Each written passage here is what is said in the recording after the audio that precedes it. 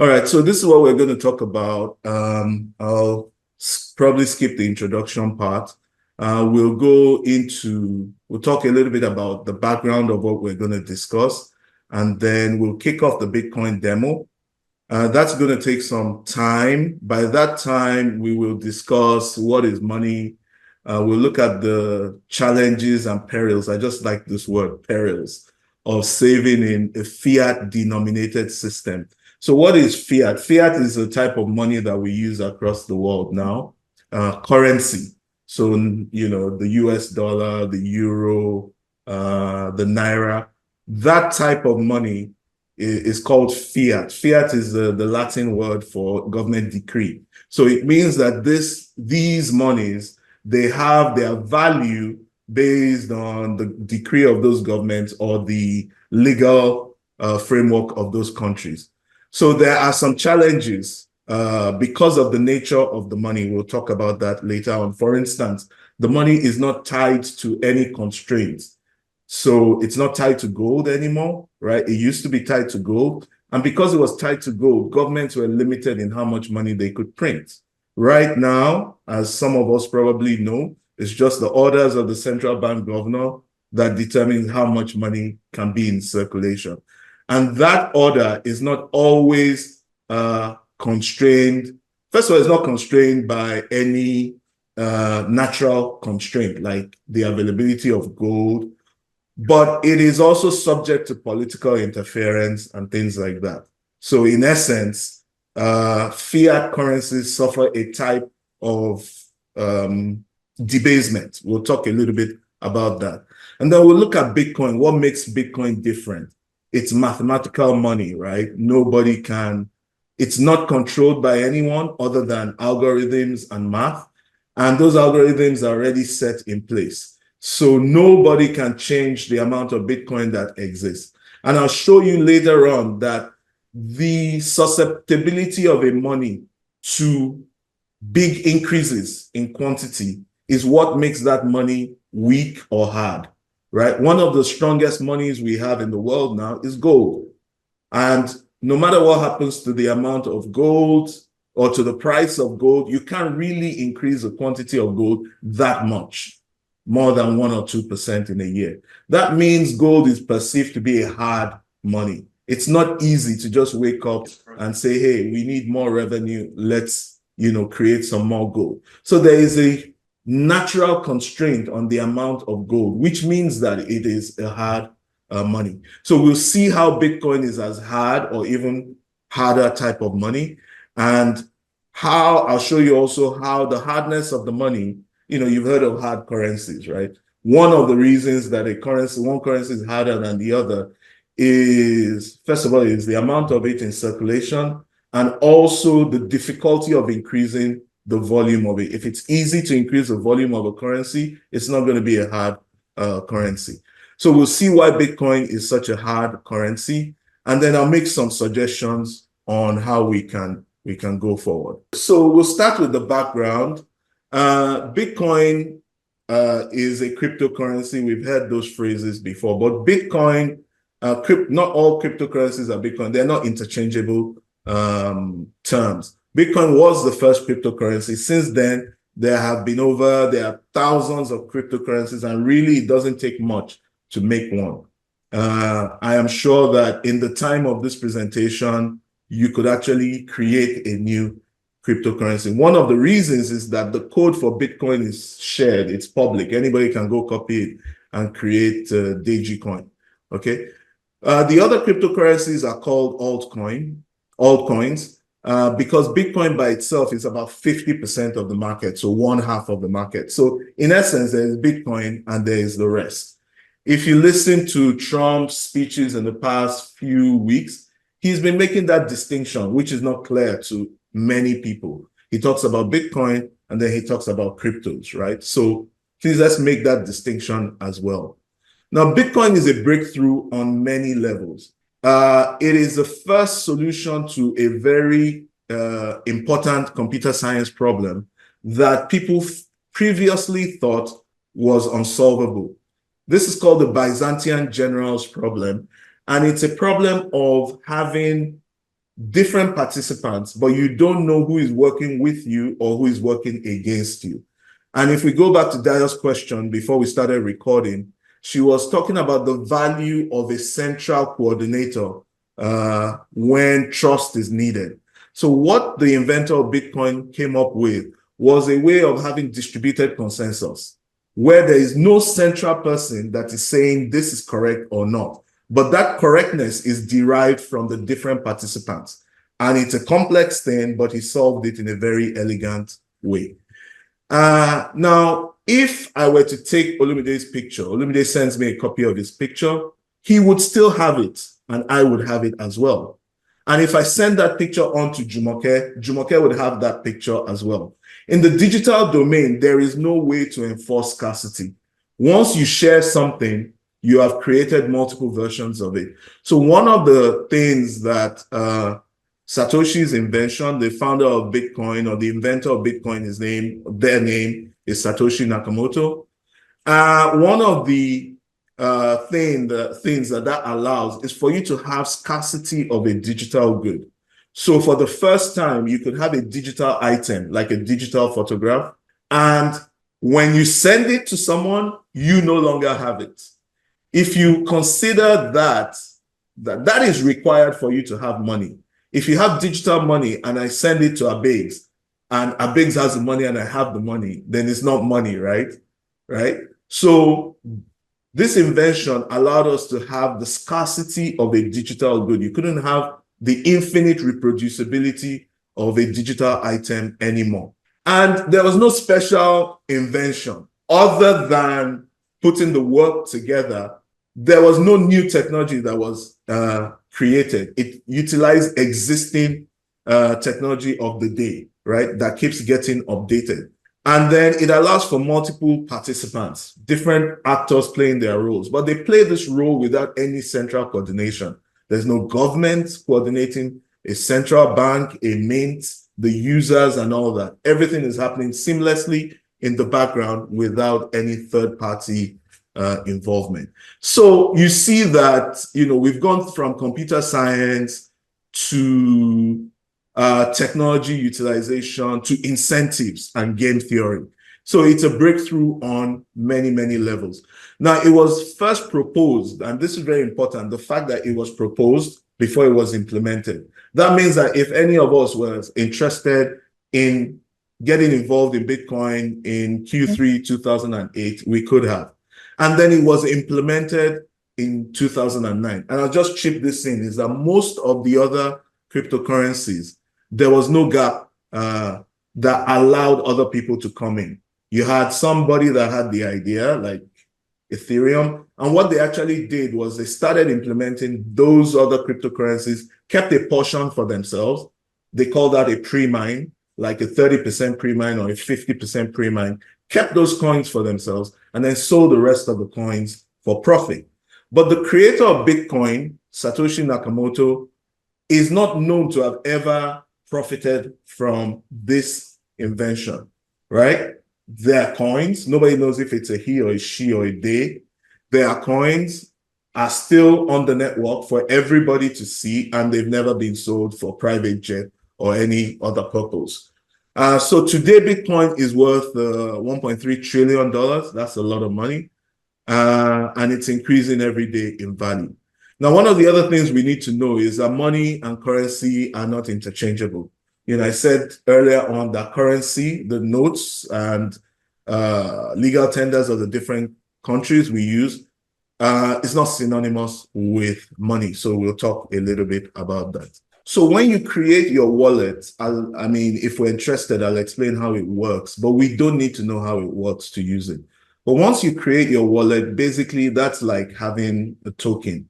That token allows you to spend your coins. It allows you to spend your coins, right? It's kind of like your password to the network. And then the seed phrase, those 12 words, is an absolute backup of your wallet.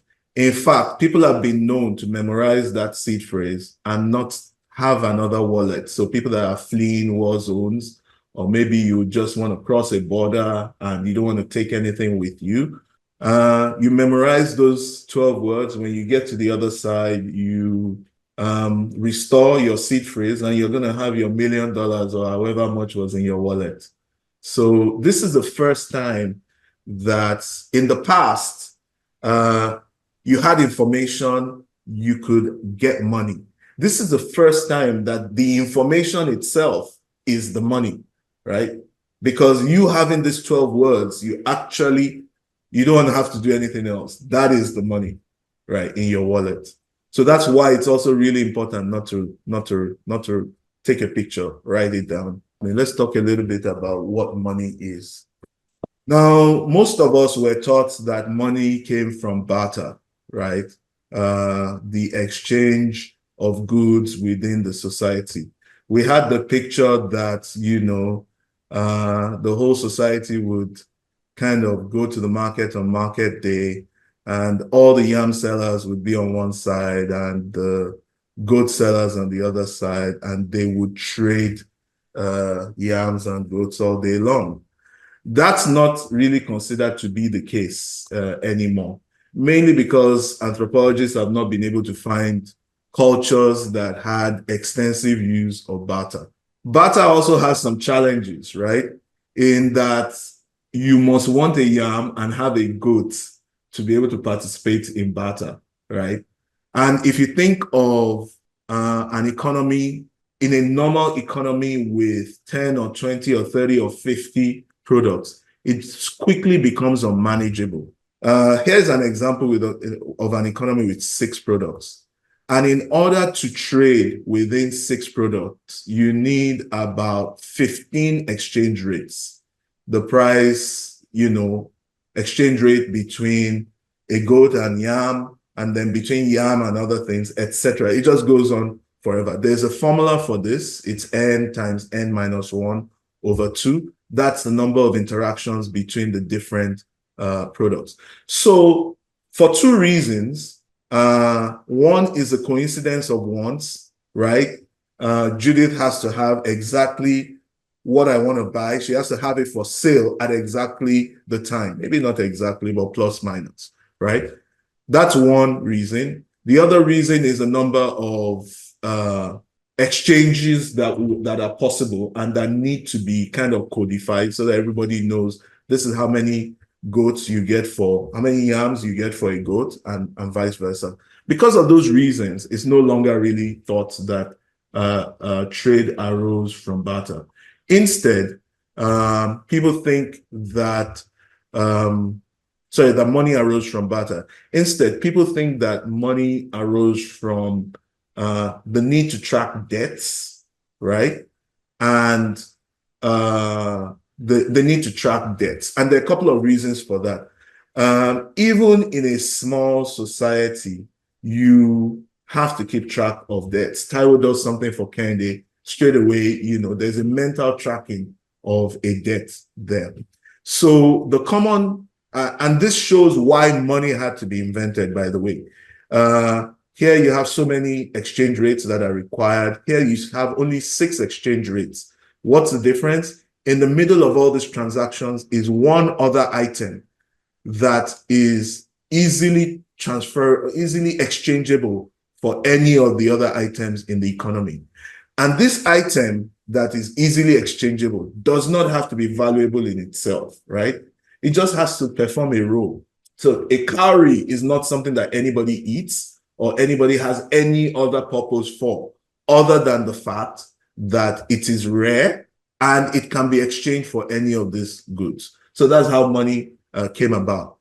It came about as a result of having a scarce commodity that is interchangeable with every type of good.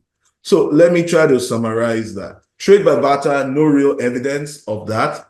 And it is challenged by the need to fulfill the coincidence of wants, as well as it is difficult to implement.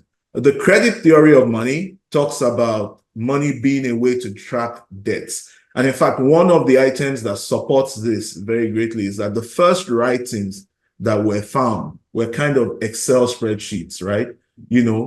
Clay tablets or markings on wood, where people use those markings to track the debts owed by one person to the other. So the commodity theory of money also says that the most saleable good, a good that everybody will accept. In some cultures, it was salt. In some cultures, it was cattle. And in some cultures, it was cowries. As long as everybody has a propensity to accept that product, it can be considered as money, right? And it also simplifies the other challenges with barter. So if we go with the unified theory of money, it says that money is a form of a ledger, a tracking of who owes what or who has what. Now, when you're working in a small group, you can do that tracking mentally, right? Taiwo owes Kende this, right?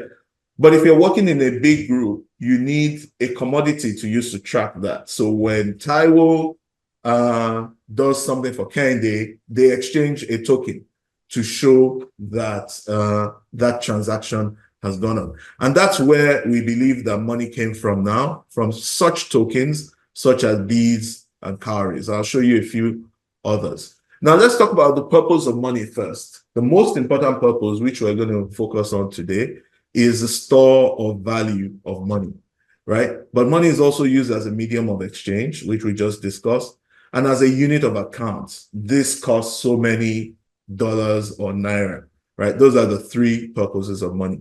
What we're going to focus on is the role as a store of value. Now, these are some of the properties of a good money, right? It should be scarce. It should be divisible so that when you want to make a small payment, you don't have to carry so much gold around. It should be portable because it's not where you are that you always have what you need, right? You need to be able to move the money elsewhere to be able to get the value that you need in some other place. It should be durable, and this is very closely related to the use of a store of value. A money is not durable if you hold 100 units of it, and in 5 years, those 100 units are not, they don't do what 100 units can do today. They can only do they can do a lot less. So that money is not considered as durable. And I'm sure without getting political or naming any place, I'm sure we've all experienced this lack of durability of money. The money should be recognizable in that, let's say you have a piece of metal now that is supposed to be gold, right? Actually, to be sure that it's gold, you need to melt it down and recast it, because you can only know for sure that it hasn't been mixed with anything if you melt it down. So that's one of the disadvantages of gold as a money, is that in order to validate that you actually have gold, you will need to validate. I mean, in order to be sure that you have gold, you will need to validate that, and that's not such an easy process, right? And then the money needs to be fungible. Fungible means that one unit of that money is no different from another unit of that money. Otherwise, it starts to lose the interchangeability of it, right? You would rather prefer one type of that money than another type, okay? So over the years, we've had different types of monies, collectibles, commodities, salts, nails. I was reading somewhere where they traded nails as money.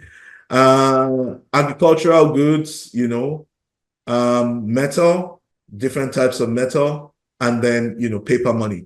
The most successful in terms of the utility, the range of time over which they were used, the locations in which they were used, the most successful have been the metals, gold in particular, and to a lesser extent, silver.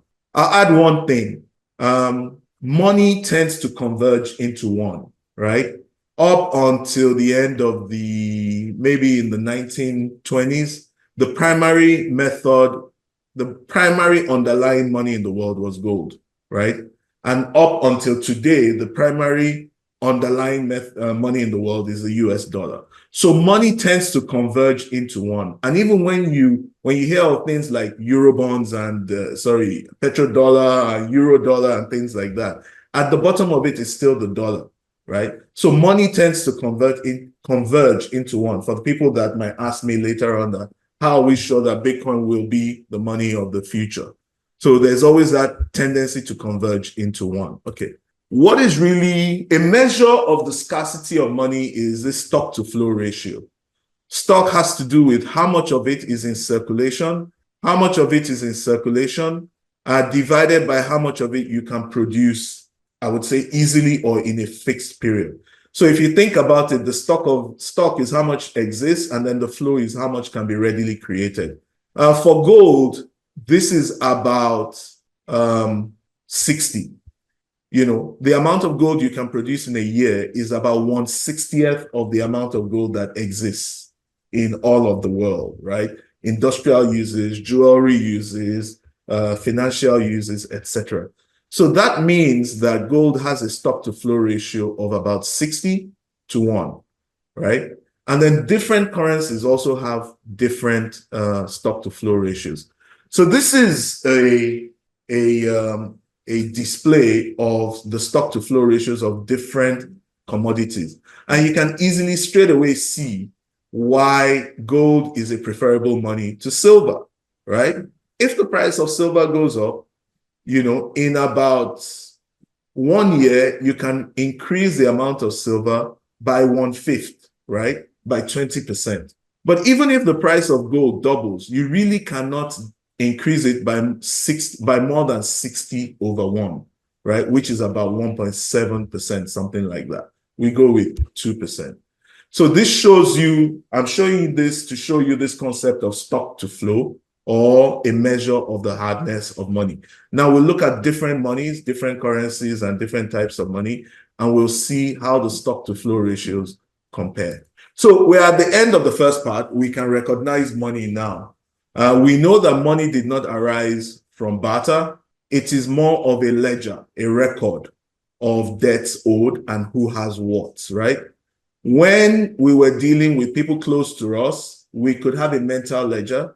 When we deal with strangers, we need some form of commodity money so that we can track that ledger. Now, the other myth is that money is created by governments, right? Money is not created by government. It existed from cave days, and you can almost, I stuck that word in there. It's almost a divine construct of human social interaction.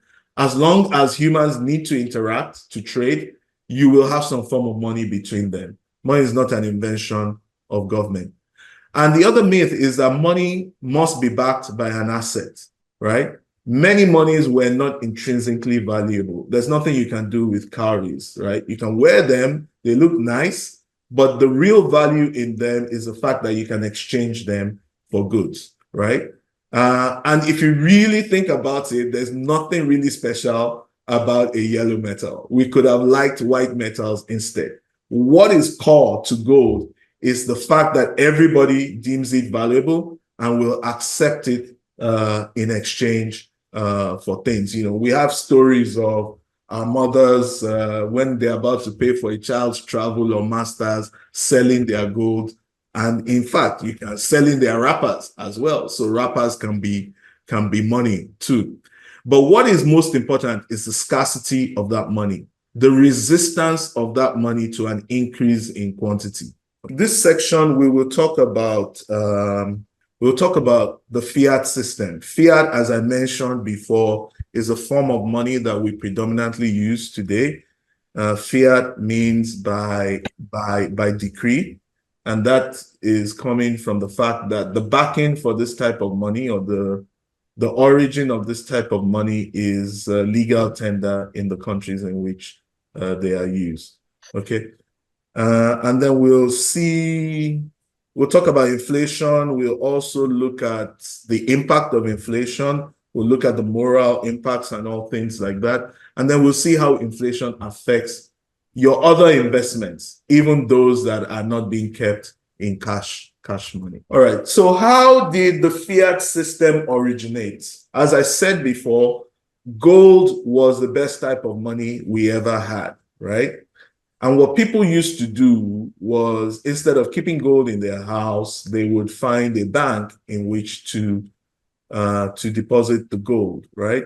And they found out that in order to trade with the gold that they had, it didn't always make sense to go to the bank, pick up the gold, go to the seller of whatever you wanted to buy, and give them the gold, and then they have to take it to the bank as well. So what happened was people started trading in depository receipts, right? You have some gold in the bank, you have a receipt from the bank, and I need to pay somebody for something. So I give them the receipt, right? They can go to the bank, confirm that the receipt is genuine, and they hang on to the receipt and a payment has been made. So paper money actually started as receipts for gold on deposit. And then over time, currency was minted that had a gold backing and was interchangeable with gold. Before the 1930s, US dollars were defined in a weightage of gold. And in fact, that's where that phrase comes from, pound sterling. Pound sterling was a certain weight of silver, I believe, right? So they were interchangeable. You could actually take $10, go to the bank and get a commensurate amount of gold. But that is no longer the case, right? In the 1930s, right, the interchangeability of US dollars for gold was broken, at least for Americans. So in about 1933, I believe, there was a law issued by the US government that essentially made it illegal for you to hold gold. You had to take the gold to the bank or risk going to jail. And then the bank will pay you a certain preset amount for that amount of gold. And so that was the first time that, at least in the US, that currency really became fiat, right? It was no longer interchangeable for gold, right? Now, when you look at global currencies, after the Second World War in maybe 1950, there was this Bretton Woods system that was put in place, right?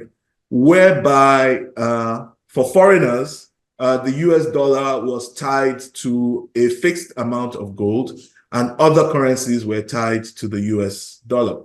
So globally, currencies were fixed and they were firm because you couldn't really change the value of your currency because it was tied to the dollar, right? So any changes were obvious. And the dollar itself for foreigners was tied to a fixed amount of gold.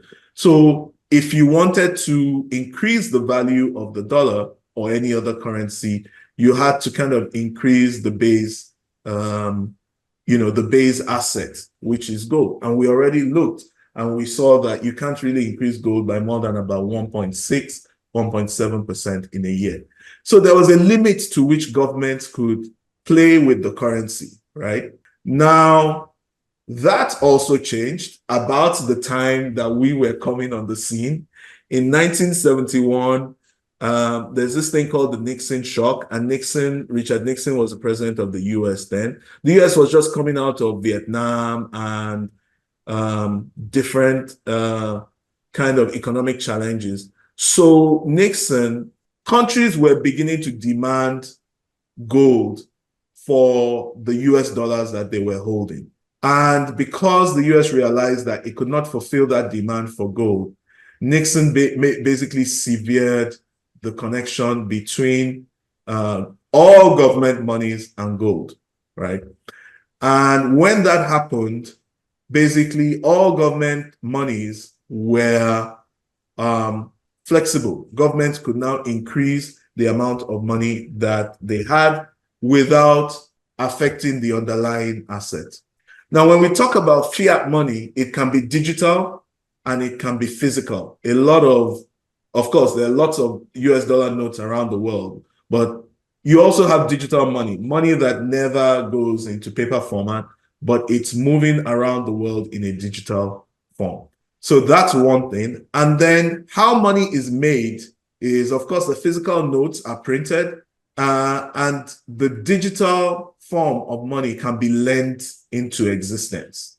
right? I know that there's lots of bankers in the room, but basically when you go to get a loan, if a bank has the right authorizations from money and they give you the loan, what they do is they give you an amount of money. Your account now reflects that you have that money, and then they create a liability. And that ability to lend money into existence depends on having a banking license, and it's something that creates or increases the amount of money that is in existence as well, right? And so on and so forth. So this is how fiat money is made, through either printing or lending into existence. So let's try to summarize before we go talk about inflation. Fiat means by decree. The real backing for the currency is the legal tender of those countries. All currencies are decoupled from gold. So essentially, central banks can expand or contract the money supply as they like, usually expanding it. And this leads to inflation. Fiat systems are prone to inflation because governments, when they need money, they often print it, right? Which leads to a devaluation of the currency. So let's look a little bit more at inflation. Inflation is defined as the rate at which the quantity of money increases faster than the ability of that economy to produce the goods and services. All right, so we're talking about inflation. Inflation is defined at as the rate at which the money in circulation grows faster than the economy. And what happens is that a lot more money now starts chasing the same amount of goods, which makes the price of the goods go up. Now, very many times we hear that inflation has gone down or inflation is going up. In all these cases, whether inflation is low or inflation is high, your money is losing value continuously. As long as inflation is not zero, the money is losing value. Now, when inflation is 2%, it's losing 2% a year. When inflation goes up and it goes to 12%, and we're all very upset, we're losing 12% a year. When the politicians come back and they say, oh man, we solved it, inflation has gone down, it's gone down to 8%. It doesn't mean that we're not losing value anymore. We are only losing at 8% a year, right? So mind games, that's the first one. All right. Now, most of the time, the source of inflation is government printing additional money. And this is not new. There's nothing new about this. This has always happened, right? In the past, when rulers, they didn't have enough tax money and they wanted to generate new money, right? Maybe they had gold coins circulating. They would collect the gold coins and they would melt it down and dilute it and put it back into circulation, right? Just that description alone tells you that it's a dodgy thing. And if you look at a coin, for those of you in the UK that still use coins, if you look at the coin, you see lines on the side of it, right? The reason those ridges were originally put there is so that you don't shave the coin off easily, right? Otherwise, you could mechanically shave it off, right? But if you do that, you will lose the ridges. So it makes it a little bit more difficult because you actually have to melt it down and to shave it. So coin clipping is not new, right? Debasement of the currency is not new. Rulers did it in the past, right? And today it's even easier, right? Government just needs to print it. They don't have to melt it down. They don't have to bring it into circulation and reissue it. They just print it. After all, everybody loves mint notes, right? So they just print it. All right. We're running out of time, so I'm going to skip this thought experiment. But the main point that I want to make is that inflation is an involuntary tax on us, right? Basically, if government wanted to buy Prado SUVs and they came to the people and they said, we're going to increase the tax, most of the people would say no, right? Because they're not about to start paying directly from their pocket for new Prado SUVs for government. But if government goes and they print money, we don't even really know what's going on, right? Most people don't fully understand the source of the inflation or how it affects them. And it allows government to pursue policies that, if they came directly, those policies would be unpopular. And most of this printing is not subject to direct legislative oversights. Your senators, your House of Rep don't know exactly what is going on when government prints money versus raising taxes, right? The other thing is that this tends to redistribute wealth, right? Now, the world will now be split into debtors and savers. Savers are losing value from their currency when inflation is high. Your $100 cannot do as much, or your 100 naira cannot do as much in the future. The debtors, right, who tend to be probably wealthier in society, they are gaining value because when they have to pay back in 5 or 10 or 30 years, they have to pay back less, right? The other thing is that there is an innate unfairness in it, right? The person that lives in a rented house is not an asset holder. So the cost of rent goes up, but in an unfair way, their savings are not preserved in the same way that the person who owns a home, their savings are presented, protected, preserved, right? So, in essence, this is a form of wealth redistribution that unfairly punishes the lower you are in society versus, others. And then to compound the effect, there's a wage lag. Inflation occurs today, but the labor unions are fighting for a minimum wage 6 months down the line, a year down the line, right? The salary earners don't get a raise immediately, right? Bank employees got huge raises 6 months ago, but that might be the only industry, right? A lot of industries have not changed their wages. So there is this wage lag. Whichever way you look at it, inflation is involuntary, we don't know, and we have no control, and it's a hidden task, which means it allows government to pursue unpopular activities. There's also this Cantillon effect, right? When you print the money, who gets to use the money, right? Well, the money is going to be spent, I'm trying to avoid examples, but the money is going to be spent with government contractors, right? And it's going to circulate amongst the well-connected and the wealthy. The business owners will get some, right? After the contracts have been traded down, then some of the business owners will get some. But ultimately, by the time this money is flowing to everyone else, prices have already gone up, right? As a result of these folks. So inflation is, in my opinion, evil. So I did you guys the service of looking up scripture that have to do with currency debasement, and you can look at this in your good time. But monotheistic religions, at least the three main ones, are against this practice. All these are from Old Testament, and these are from the Quran. And if anybody is interested, I have some notes here on whether Bitcoin is allowed. Not directly related to what we're discussing right now, but useful to look at as well. All right, so the scriptures are against it as well. Let's look at global inflation, right? Of course, you see that the global south, Asia, the USSR, high levels of inflation, 25% or more, but no country is exempt, right? I also put this note on this fellow Goodhart's law. This is the official inflation rate, which says, this is 2024, which says that official inflation rate in the US, I don't even think that the government claims 0 to 3%. But anybody out here knows that it definitely is not 0 to 3%, right? Per year. There was a guy on Twitter yesterday that tried to reorder his groceries on Walmart. He had ordered during COVID, and then, he just found the order and he clicked reorder, and it was like 3 times the price in 4 or 5, if we say 4 years, right?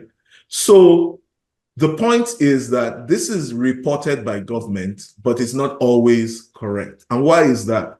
Goodhart's law says that if you are marking somebody on they are marking your performance on what you report as inflation, then your incentive is to report the lowest possible inflation, right? And governments do this in different ways. There's something called a consumer price index, right? So for instance, if the price of steak is going up, they might take out steak and replace it with hamburger meat. If you can't eat steak, eat sausages or hamburger meat.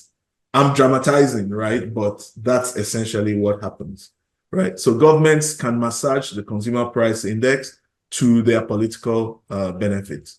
So how does this affect us, right? How does all this story, inflation is high, blah, blah, blah. How does it affect us?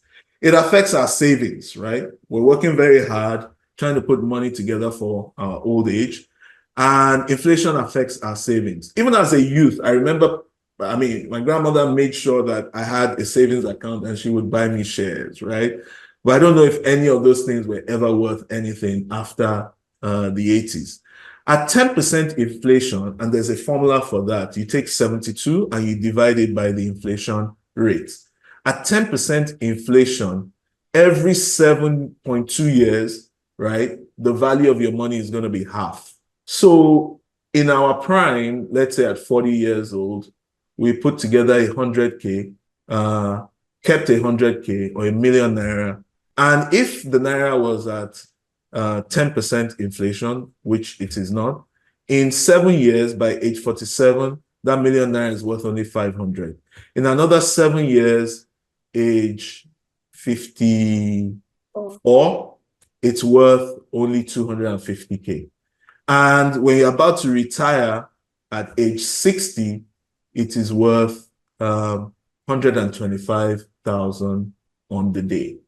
So if you didn't think that inflation was a terrible thing, I hope I'm convincing you. Now, what does this mean for our financial planning? Well, it means that we can't be 100% sure that we're going to have enough, if not for the grace of God. Now, on the flip side, this inability to plan also affects government. And the point I'm making here is that a lot of us have government retirement schemes, right? Government pension schemes. Well, in the same way that government can't absolutely plan, that none of us can absolutely plan what value we will have down the line because of inflation, government also has the same challenge, right? And then finally, when we're going to need these funds is when we are least adaptable to maybe not having them, right? Right now, you're more adaptable if you need to hustle to make ends meet, but at that time, maybe not so. All right, so that's fine. I'm going to make sure I invest my money so that I'm not keeping it in cash to suffer inflation. The chart on the left, thank you, Michael Saylor, who is the CEO of this company, chairman of this company. The chart on the left shows the returns from the S&P 500, right? Which is the premier investment or the premier stock market asset in the world, right? And it correlates it to the increase in monetary supply in the US, right? Or the increase in the monetary supply of the US dollar, right? And what this shows is that it appears, a strong correlation appears. So what it means, in essence, is that a lot of the gains we think we see in the stock market may actually be coming from underlying inflation. And if you think about it conceptually, the company makes this widget. The price of this widget has gone up by 30%.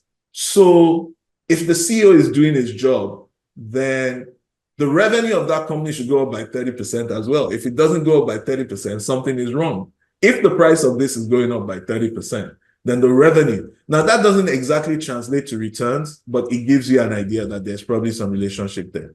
And then we already spoke about how inflation, government-reported inflation is manipulable, can be manipulated, right? Actual inflation in the US is considered to be more like 7 to 9%. All right, so let's round up on fiat currencies. Some common myths. Currencies are backed by an asset. That is not the case. It's definitely not the case today, right? The dollar you see it's backed by the ability of the government to raise taxes, by the ownership of the assets of the country, but it has no other backing other than that. We think that the amount of money, at least we don't know that it can be increased according to somebody's whims or caprices, right? Many of us think that, oh, there's money in circulation, but we don't know that when government needs money, they can actually just print it, right? We believe, and even those of us that know, we believe that government control of the printing system is a form of stability. But the truth of it is that governments, they mismanage currencies, they abuse the rights of being able to raise money in this way. And it's not something that just happens. They make a decision that they're going to tax this much and they're going to raise this much money through this hidden tax. I was reading something the other day about the last few wars that the US fought and how most of those wars were not expressly approved by Congress, but they were fought weapons of mass destruction and kind of thing. We found weapons of mass destruction in Iraq, and it turned out to be a lie, right? And those wars were funded through this type of funding. And we are still paying for those wars today. We're paying for veterans who went to war and were hurt. We put them on a life plan and so on and so forth. So more often than not, governments abuse their ability to raise money in this way. And then most times, the last myth is that we think that if we invest, we are beating inflation. But this is not always as clear as we think it is. And the increases we see in many capital markets are actually the underlying inflation. So let's go to Bitcoin itself. So one message I want to share with us is that all money is technology, right? All money is technology. At a time, it was cowries. When we learned to work metals, it became metallic money, right? When the US dollar dominated, it was because of the military technology and military might of the US as a global superpower. And that technology is what secured the place of the US dollar as the global reserve currency. And today, with cryptography and the invention of Bitcoin, this is another form of technology. All money is technology, right? And in general, you don't want to be found holding a low technology money. Think back to the times of the West African slave trade, right? A lot of us have been to Badagry, and we can see combs and mirrors and sometimes rifles that were used to take slaves away. Every time an industrialized society came across a less industrialized society, the industrialized society oppressed and dominated them because of monetary tools that they have, right? Think about it, right? You don't want to be left holding the weakest form of money. You always want to have the strongest form of money that you have access to. Again, money is technology. Gold is mined. The dollar can be loaned into existence, but Bitcoin has to be mined. And that mining process is a difficult process, as difficult as mining of gold, but way more difficult than the creation of loans or the printing of dollars. All right. So in a continuum of technologies, we had the physical monies, right? These collectibles, primitive money, precious metal, when we were backed by gold, and then fiat money, both in the paper form and the digital form. And then we have Bitcoin, which is a digital money, okay? A few more things about Bitcoin. It is digital, it is borderless, right? We didn't have to do any exchange rates to have this value. It's close to real time. It's available 24/7, even on Sunday evenings. And you saw the cost of me sending what was about $100 was 1.29.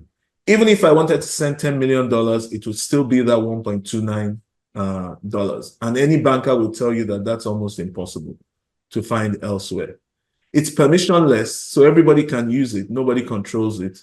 We did not need anybody's permission to open the wallet.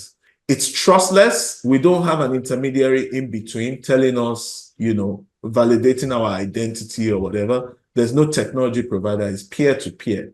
There is no PayPal. There's no Visa in between us, right? There's no Cash App. There's no Venmo. There is no Zelle. It is basically, from me to you. And it is decentralized, right? Even if any form of the technology is shut down, you can't stop it, really. It is distributed, okay? I'm going to move very fast now so that we can close. Now, I said before that governments, in essence, they can print fiat currencies at will, essentially at will, right? With a currency like Bitcoin, it has a fixed release schedule, right?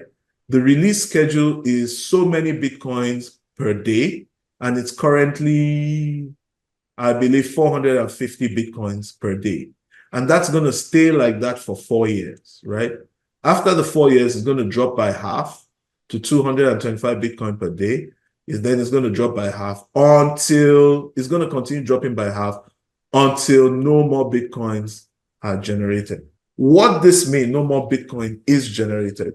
Now, what this means is that you have a predictable monetary policy for Bitcoin that is not subject to manipulation by anyone.